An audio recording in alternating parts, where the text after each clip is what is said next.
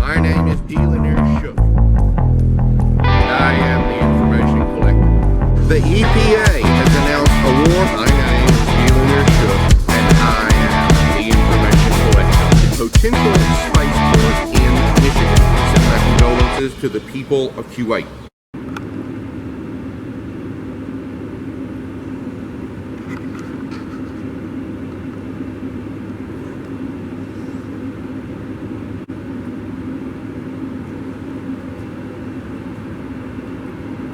My name is Dealer Shook, and I am the information collector. Today, I'm coming to you from Canton, North Carolina, where the downtown is a Christmas wonderland. This happens to be the Gazebo Farms Vintage Market. Producer Merle is with us, and today's broadcast is brought to you by Town Not For Sale.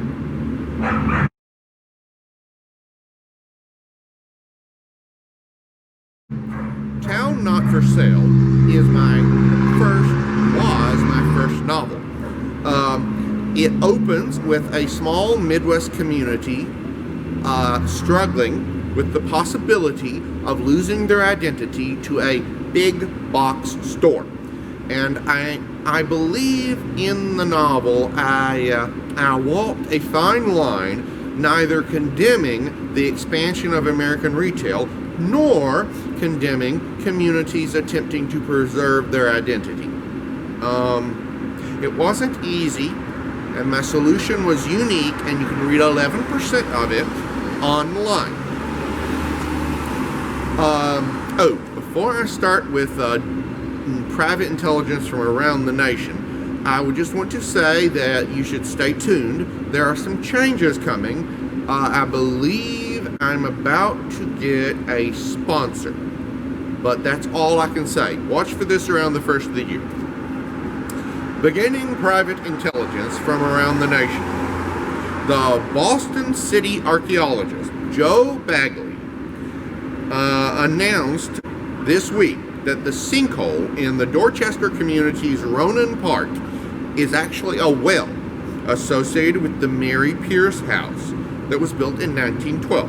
The well is 16.5 feet deep and 4 feet wide. The Mary Pierce house was demolished in 1912, but a granite slab covering the top of the well failed, and now it's a sinkhole. It shouldn't be surprising that this is the third well hole documented since 2016. If you want to look this up or are from Boston, it is near the corner of Adams and Robinson Street.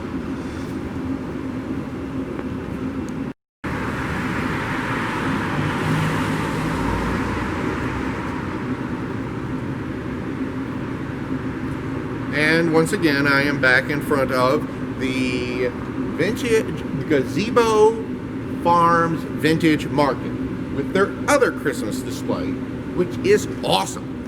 Canton's an amazing place. You've got to look it up. Seattle's Clean City Initiative this week stepped up their efforts to stop illegal dumping. The Seattle mayor announced $3 million would be addressed to the dumping issue and the increased litter, which has gone up in one quarter 195%. Among other things, they're going to have 10 new litter routes to pick up litter, and they will place 10 new needle boxes to collect used hypodermic needles. Last week, they actually added 10 new litter collection routes and collected 274 used needles. $350,000 were also put into litter and graffiti abatement.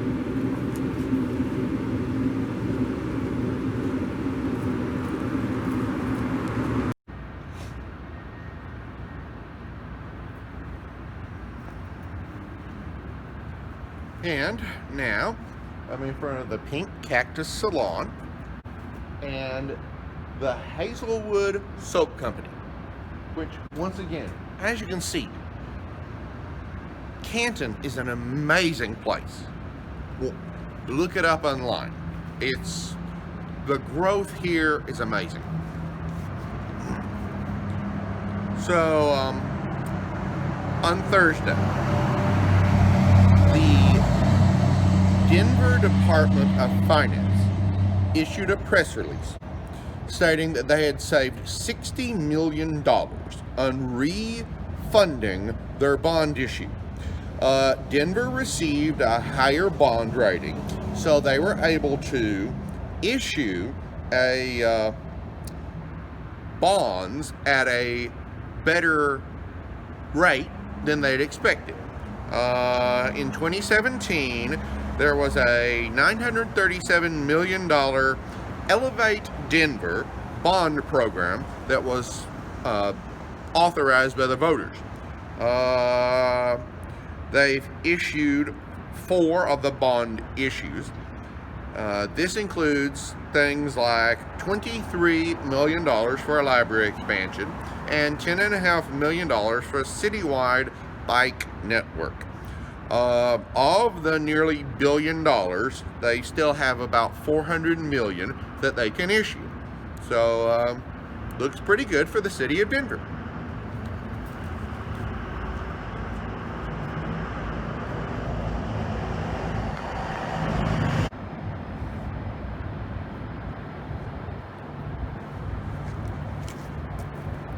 And I am now in front of Jan's Blossom Shop at 98 Main Street. Canton is an amazing place. Friday, Virginia Governor Ralph Northam announced $11 million to redesign Monument Avenue in Richmond and move the statues around. He announced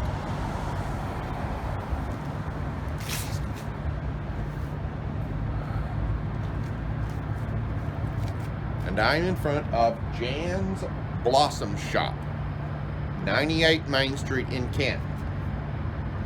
This is an amazing town. On Friday, Governor Ralph Northam of Virginia announced $11 million to redesign Monument Avenue. He announced $9 million to preserve Lumpkin's Jail, which was the epicenter of the slave trade in the early part of the 19th century. He announced $100,000 to the Emancipation and Freedom Monument on Browns Island. The New Jersey Department of State announced $5 million in Federal CARES Act funds to go to 97 arts organizations. The average award is about $40,000, although it ranges from about $5,482 for the Center for Modern Dance Education to $8,000 to Cavancari Press Limited. And on the other end of the spectrum, you have $130,000 to the Count Basie Theater and $112,000 to the State Theater. Boeing announced the first successful flight of an MQ-25 drone with a aerial refueling attachment.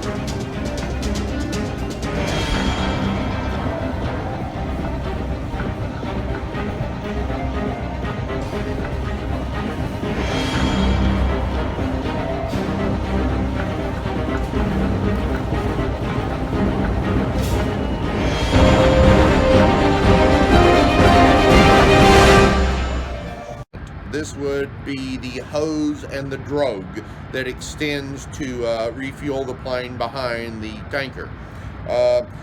This is the first step in several, which will eventually have the unmanned aerial vehicle going up and refueling another aircraft. At the moment, the role that the MQ-25 will serve is being filled by FA-18 fighter jets. This is an amazing part of technology. We have fighter jets refueling other fighter jets. Very, very interesting.